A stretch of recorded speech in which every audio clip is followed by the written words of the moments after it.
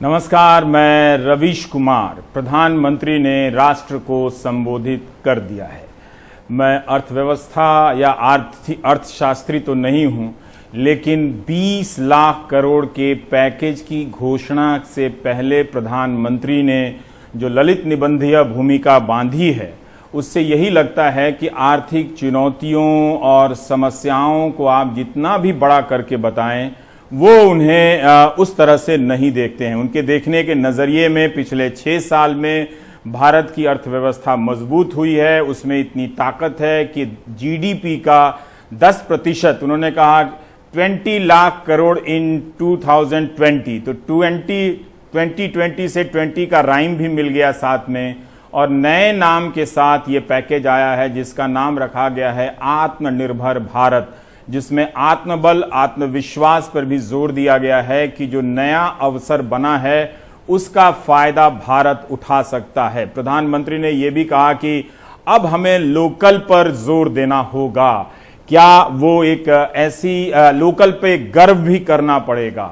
अच्छी बात है कि लोकल पर गर्व भी करना चाहिए और लोकल चीजों का लोग उपभोग भी करते रहे हैं, लेकिन क्या सिर्फ इस एक सिद्धांत से वो जो उन्होंने खाका खींचा है सैद्धांतिक, उसमें कोई बदलाव है? जो शुरू में उन्होंने मेक इन इंडिया का नारा दिया था, वो 6 साल तक मेक इन इंडिया कहीं नजर नहीं आया।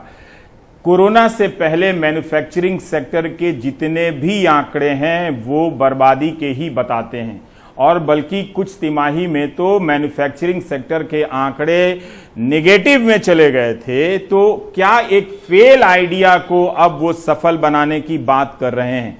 एक बात है। दूसरी बात यह है कि हम सबका काम सुनना और समीक्षा करना भी है, तो 2 बातें मैं पहले ही बता देना चाहता हूं। प्रधानमंत्री ने कहा कि कोरोना ने एक अवसर दिया है। भारत में कोरोना से पहले पीपीई किट का निर्माण नहीं होता था। यह बात मुझे तथ्यात्मक रूप से सही नहीं लगती है। भारत में पीपीई किट का निर्माण होता था।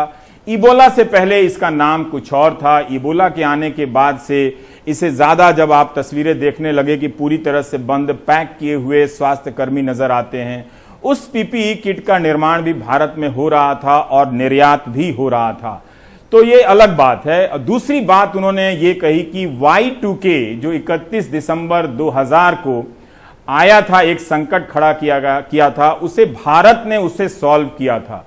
अब यह विवादित उदाहरण है क्योंकि Y2K को होक्स भी कहते हैं। एक तरह का वो फेक न्यूज था इस सदी के आरंभ में, जिसमें अमेरिका और ब्रिटेन के लोगों ने, अखबारों ने मिलकर एक ऐसा वितंडा खड़ा किया था जिसका आधार नहीं था। काफी विवाद हुआ इस पे। निक डेविस हैं ब्रिटेन के पत्रकार, उन्होंने एक मोटी सी किताब भी लिखी है, फ्लैट अर्थ न्यूज।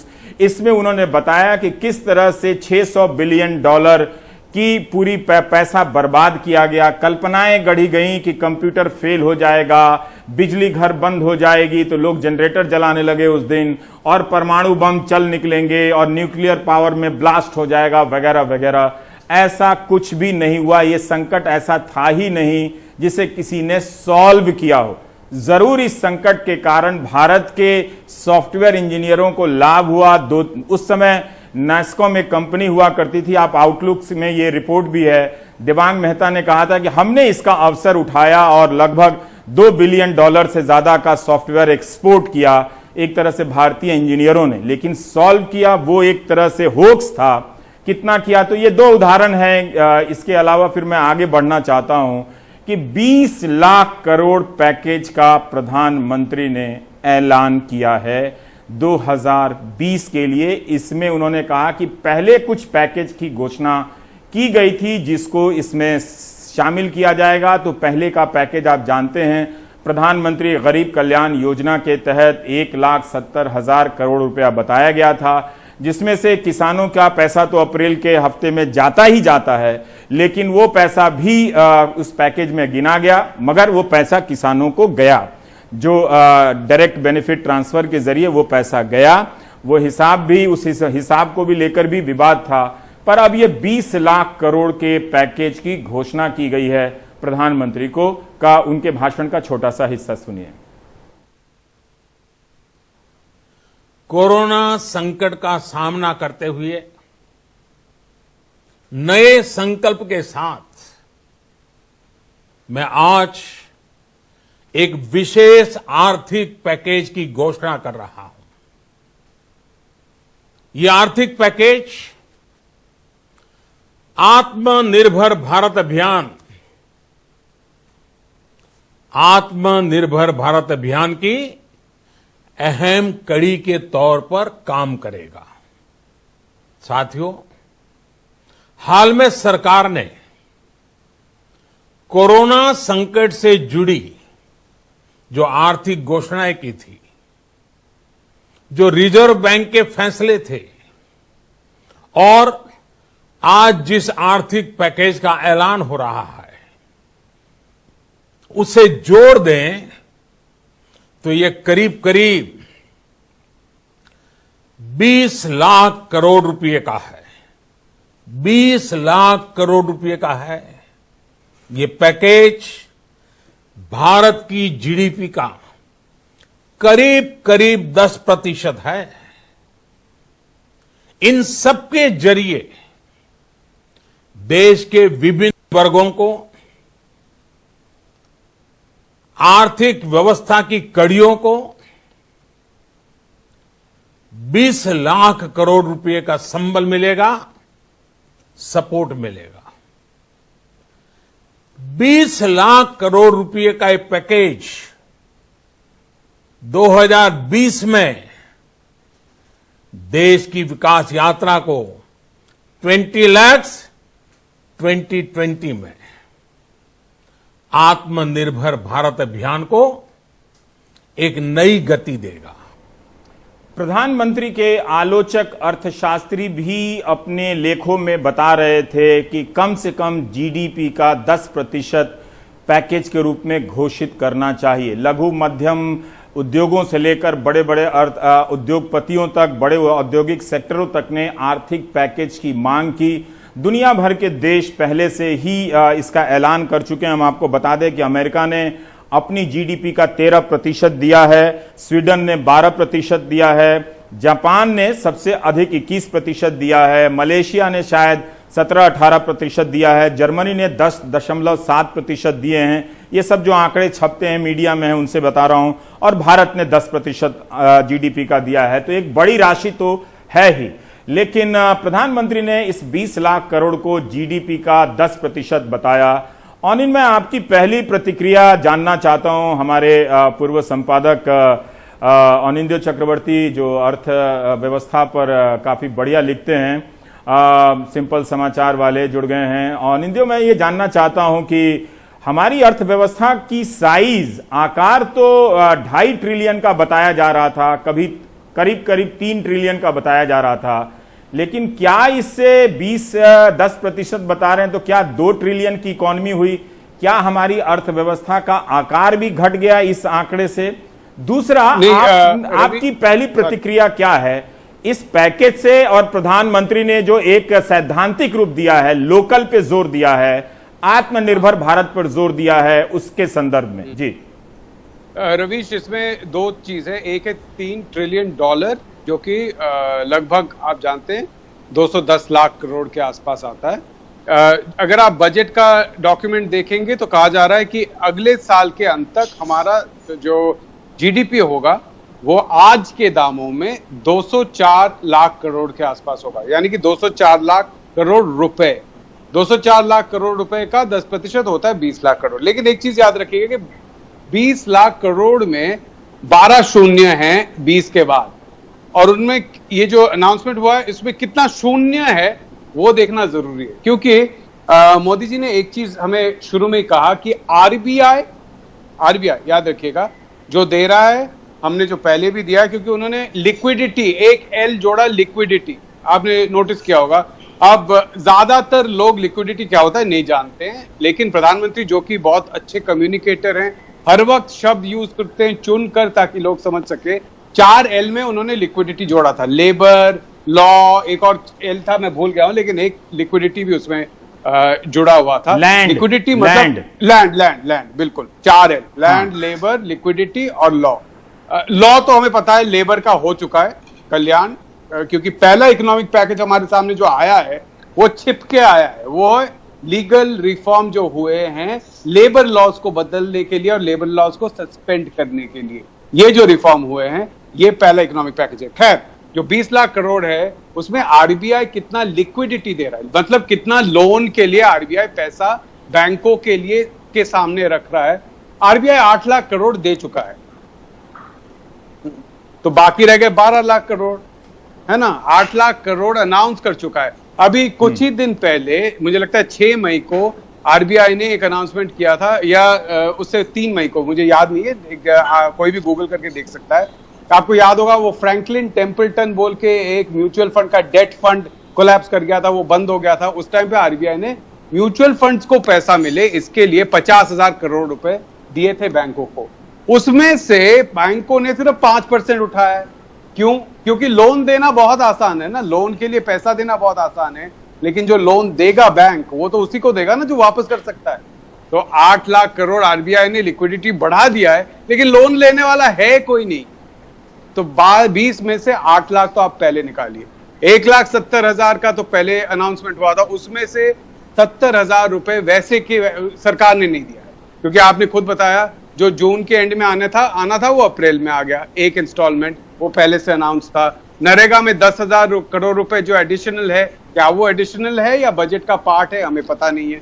और साथ में 2 हेड्स में पैसे दिए गए थे, एक में शायद 34,000 करोड़ के आसपास है, और एक में और भी है। एक है डिस्ट्रिक्ट डेवलपमेंट फंड है, और एक है एक इंश्योरेंस टाइप का स्कीम है, जो कि कंस्ट्रक्शन वर्कर जो होते हैं, कंस्ट्रक्शन में मजदूर होते हैं, उनके लिए एक कल्याण फंड है, वो स्टेट्स के पास रहता है, और ये सरकार ने, केंद्र सरकार ने नहीं दिया। तो आप कह सकते हैं मोटा मोटा 1,10,000 करोड़ के आसपास वो असल में अनाउंसमेंट हुआ है। अब मैंने आप से ये इस पर आने से पहले मेरे एक दोस्त है बचपन के, वो भारत के टॉप बैंकर्स में से, उनसे अभी थोड़ा सा बात किया। वो जाहिर है अपना नाम नहीं बताना चाहते। उन्होंने मुझे बताया कि एक प्लान जो वो सुनते आ रहे हैं और बैंकिंग सेक्टर में चल रहा है, वो है कि सरकार आरबीआई को कहेगी कि 5 लाख करोड़, याद रखिए 8 लाख करोड़ आरबीआई दे चुकी है, 5 लाख करोड़ का और लोन एमएसएमई यानी कि छोटे और लघु उद्योगों को दिया जाएगा, जिसका थोड़ा सा गवर्नमेंट गारंटी देगी। मतलब है बैंक अगर ये लोन दे तो उसमें से थोड़ा सा पैसा वापस आएगा आरबीआई, मतलब सरकार उसको गारंटी देगी। बैंक का अगर पैसा डूब गया तो उसका आधा शायद सरकार दे दे, यानी 5 लाख करोड़ में से 2 से 3 लाख करोड़ सरकार देगी। अब आप देखिए हमारे सीधा 5 लाख, 8 लाख, 13 लाख गए, और पहले का 1,70,000 अनाउंस हो चुका है, जिसमें से 70,000 करोड़ पहले के हैं। तो अब बाकी रहे कितने? लगभग 6 लाख करोड़। अब मैं कह सकता हूं जिस तरीके से पहले के 70,000 करोड़ को नया पैकेज के तौर पे दिखाया गया था, मैं कह सकता हूं बाकी जो 6,30,000 करोड़ हैं उसमें से कम 2 लाख करोड़ पहले का पैकेज नया दिखाया जाएगा। यानी कि एडिशनल एक्सपेंडिचर 4-4.5 लाख करोड़ से ज्यादा नहीं होगा, जो कि हमारे जीडीपी का 2 से 2.5% होगा। यही असली बात है। यही असली बात है। और प्रधानमंत्री ने जिस तरह से एक जोर दिया ऑन इंडिया की आत्मनिर्भर भारत, और इस तरह से एक जैसे उम्मीद की जो लड़ियां चल रही हैं 6 साल में, उनका अपना नजरिया है कि अर्थव्यवस्था मजबूत हुई है, लेकिन पिछले 3 साल से गहराई से देखने के बाद ऐसा कोई सेक्टर नजर नहीं आता कि जो मजबूती से खड़ा होकर भारत को दुनिया में किसी भी तरीके से लीड कर रहा हो। मेक इन इंडिया पूरी तरीके से फेल हो गया, उसकी बात ही बंद हो गई। वो जो लायन बनाया गया था, सिंह बनाया गया था।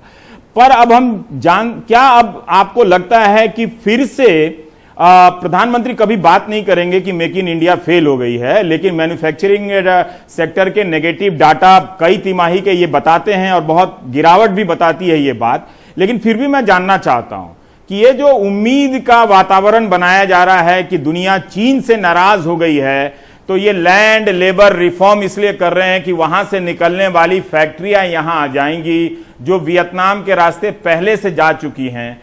क्या इस उम्मीद में आपको कुछ ठोस आधार दिखता है ऑनिन?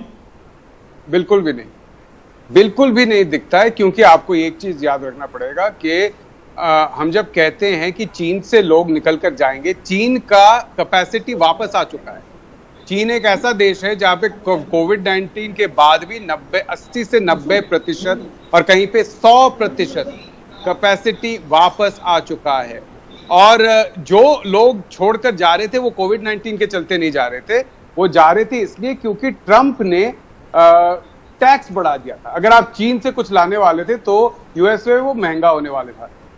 2019 मुझे लगता है 2018 के शुरू से अगस्त 2019 के बीच लगभग 54 कंपनियों ने अपने फैक्ट्री कहीं और लगाए थे। उनमें से सिर्फ 6% भारत आए, सिर्फ 6% भारत आए। बाकी वियतनाम, ताइवान, फिलीपींस, इन सब जगह गए हैं क्योंकि वहां पे जो इंफ्रास्ट्रक्चर है वो बहुत आसानी से बिठाया गया है।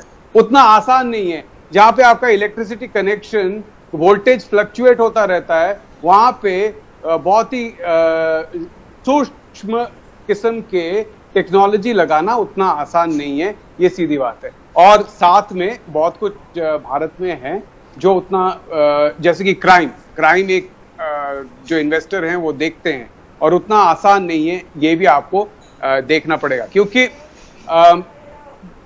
एक हमारे देश में हम बहुत जल्दी सोचते हैं कि चीन को हरा देंगे, वियतनाम को हरा देंगे, थोड़ा बहुत इधर आएगा। लेकिन एक चीज याद रखिएगा कि ज्यादातर चीजें जो हम खरीदते हैं रवीश, आज भी उसका कुछ ना कुछ प्रोडक्ट चीन से बन के आता है। वो बंद होगा या नहीं मुझे नहीं लगता, क्योंकि लोग सस्ता खरीदना चाहेंगे, उनके पास पैसे नहीं है। ये बोलना बहुत आसान है कि आप अपने देश का खरीदिए, लेकिन देश का चीज अगर 100 का है उतना आसान नहीं।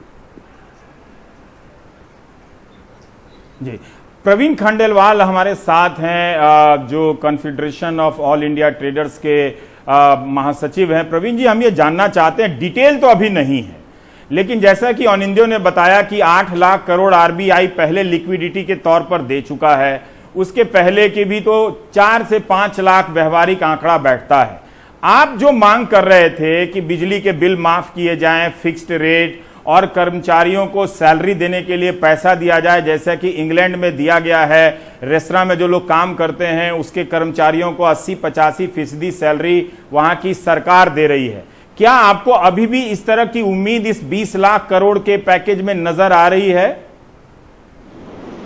निश्चित रवीश जी, मुझे लगता है क्योंकि जिस 8 लाख करोड़ का जिक्र आपने किया और जो प्रधानमंत्री ने कहा, उन्होंने साफ तौर पर यह कहा जो पहले पैकेज दिया, और वो आपने बताया कि 1,70,000 करोड़ रुपए का था।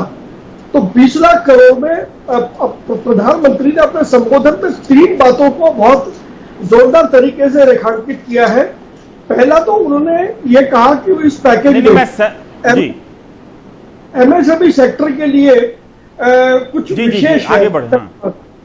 दूसरी बात उन्होंने ये कहा कि सप्लाई चेन को हमें मजबूत बनाना है। तो देश में सप्लाई चेन 7 करोड़ व्यापारी मिलकर के सप्लाई चेन बनाते हैं। तो जो दूसरी बात उन्होंने सप्लाई चेन के विषय में कही है। तीसरी बात जो उन्होंने कहा कि लोकल के लिए वोकल बनिए, इसका मतलब बहुत स्पष्ट है कि सरकार की प्राथमिकता पर अब यह है कि विदेशी उत्पादों की बजाय हमें हमारे जो स्वदेशी या देसी उत्पाद हैं। आपने जो मांग की थी सरकार से, प्रवीण जी, आपने जो मांग की थी सरकार से, उसकी संभावना नजर आ रही है। आप बता देंगे कि पिछले 7 साल में लोकल सप्लाई चेन कितना मजबूत हुआ? वो बताइए आप कि उस पर कितना काम चल रहा था, कितना लाभ हुआ आपके सेक्टर को। रवि जी, जहां तक इस पैकेज का सवाल है तो निश्चित रूप से मुझे लगता है कि इस पैकेज का बड़ा हिस्सा वो एमएसएमई सेक्टर के लिए आना चाहिए, क्योंकि वर्तमान में जिस चुनौतियों के साथ और जिस वित्तीय संकट के साथ एमएसएमई सेक्टर जूझ रहा है, और जैसा मैंने आपसे पहले भी आपके शो में कहा था कि सैलरी का एक विषय है, बैंकों के ब्याज का दूसरा विषय है, तीसरा ईएसआई और पीएफ का विषय है। ऐसे अनेक विषय हैं जो हमारे ऊपर इस समय वित्तीय बोझ को डाले हुए हैं, और हमें उम्मीद है कि ये जो पैकेज जिसका अनाउंसमेंट प्रधानमंत्री जी ने किया है उसमें इन फैक्टर्स को ध्यान में रखा जाएगा, और जो भी कल में या परसों में वित्त मंत्री जो अनाउंसमेंट करेंगी उसमें स्पष्ट रूप से ये बहुत साफ होना चाहिए कि व्यापारियों को ये जो वित्तीय संकट से कैसे उबारा जाए, और उसके लिए सरकार ने चरणबद्ध ये सारे कदम उठाए हैं, ये आर्थिक पैकेज किया है। मुझे लगता है कि इसकी मुझे बहुत संभावना है। बाकी तो जब सामने वित्त मंत्री ये करेगी तो बता। बिल्कुल डिटेल का भी इंतजार करना चाहिए। हिमांशु हमारे साथ है। हिमांशु, आप बता सकते हैं कि जो एमएसएमई सेक्टर है उसने आज ही आपने रिपोर्ट किया है कि उसने सरकार से कुछ मांग रखी है, वो मांग क्या है? ईएसआई सैलरी दे, उद्योग खुद अपनी सैलरी देने की स्थिति में नहीं है, क्या उसका ये सपना इस पैकेज से बड़ा पूरा होता दिख रहा है हिमांशु?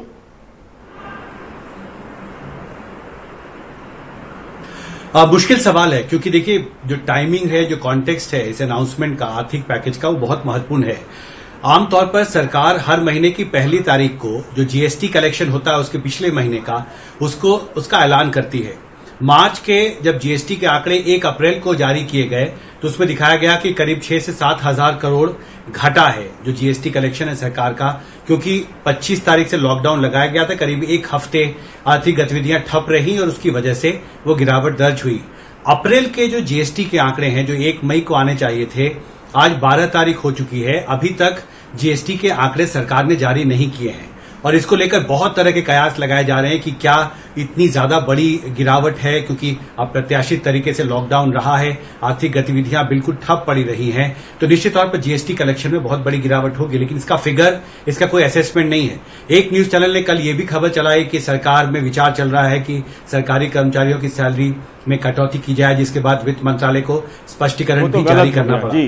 मांग बहुत बड़ी है। देखिए, एक बात जो लघु और उद्योग संघ के सेक्रेटरी जनरल ने कही है कि 8 से 10 करोड़ ऐसे सैलरीड वर्कर हैं जिनको सैलरी, उनको आशंका है कि सैलरी नहीं दे पाए होंगे, छोटे जो उद्योगपति हैं वो अप्रैल महीने में, और यही उससे ज्यादा लोग हैं जो पलायन करने को मजबूर हुए।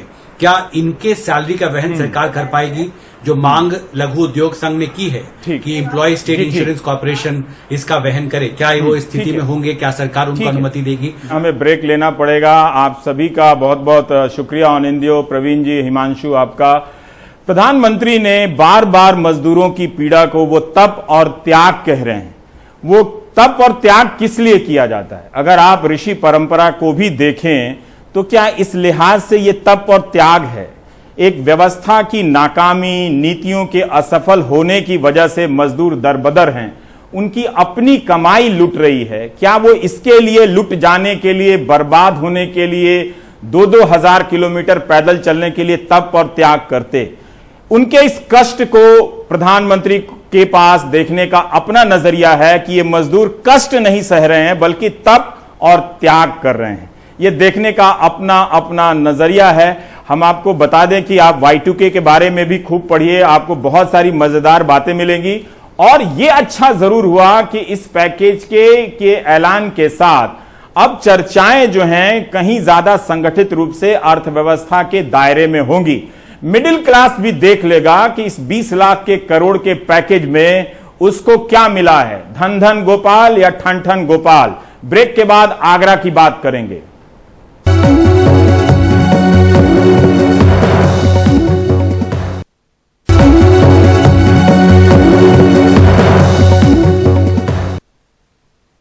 अब आगरा के लोग बेहद चिंतित हैं कि क्या उनका जीवन सुरक्षित है, क्या उनका शहर इस संक्रमण के प्रकोप से सुरक्षित है। वो दबी जुबान में और चर्चाओं में आगरा की तुलना वुहान से करने लगे हैं। 750 से ज्यादा केस आ गए हैं, 25 लोगों की मौत हुई है और हर दिन आगरा से किसी ना किसी प्रकार की गड़बड़ी की खबरें आती रहती है। रवीश आगरा में है, रवीश की ये रिपोर्ट देखिए। आगरा के कब्रिस्तान की एक कब्र 2 दिन से शव का इंतजार कर रही है, मगर कोरोना से मौत के बाद इस शव का कुछ पता नहीं चल रहा था। जब बेटे ने इस वीडियो के जरिए शिकायत की तो पता चला कि शव तो गायब हो गया है। प्रशासन ने जब पड़ताल की तो शोएब के पिता को मनोज गुप्ता का पिता समझकर स्वास्थ्य विभाग ने हिंदू रीति के मुताबिक अंतिम संस्कार कर दिया।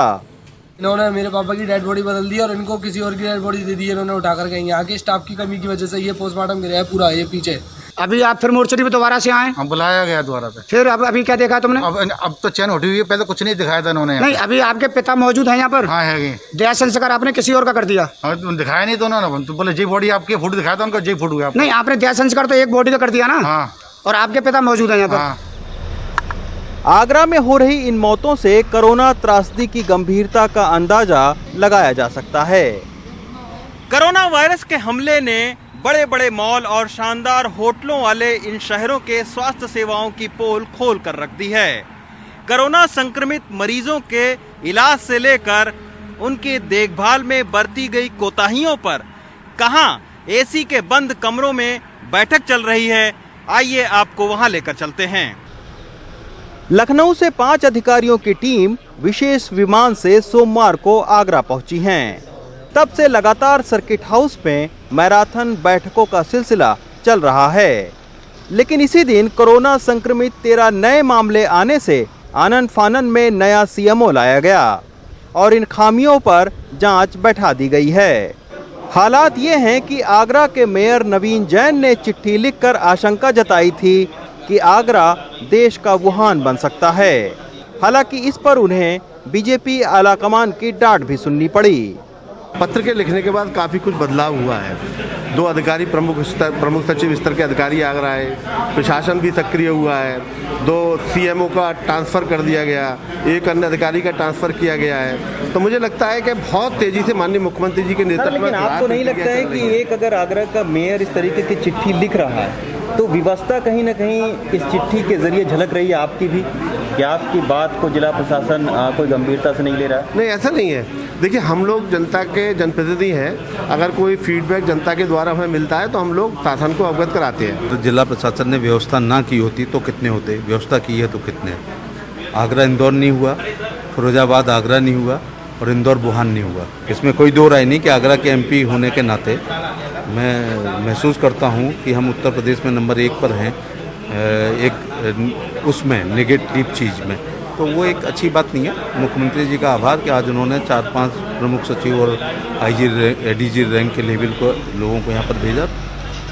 नेताओं की बयानबाजी और मैराथन बैठकों के बीच कोरोना संक्रमित मरीजों का इलाज करने वाले सरकारी डॉक्टर थक रहे हैं। आगरा के लोग कोरोना वायरस से खौफजदा हैं। कहीं प्रशासन ने खुद इस तरह की बाड़बंदी कर रखी है, कहीं लोगों ने अपनी गलियां बंद कर दी हैं। बस इस निराशाजनक माहौल में एक ही बात की राहत है कि ठीक होने वालों की तादाद भी सबसे ज्यादा है। आगरा से नसीम और सुधीश कुमार राम के साथ रवीश रंजन शुक्ला, एनडीटीवी इंडिया।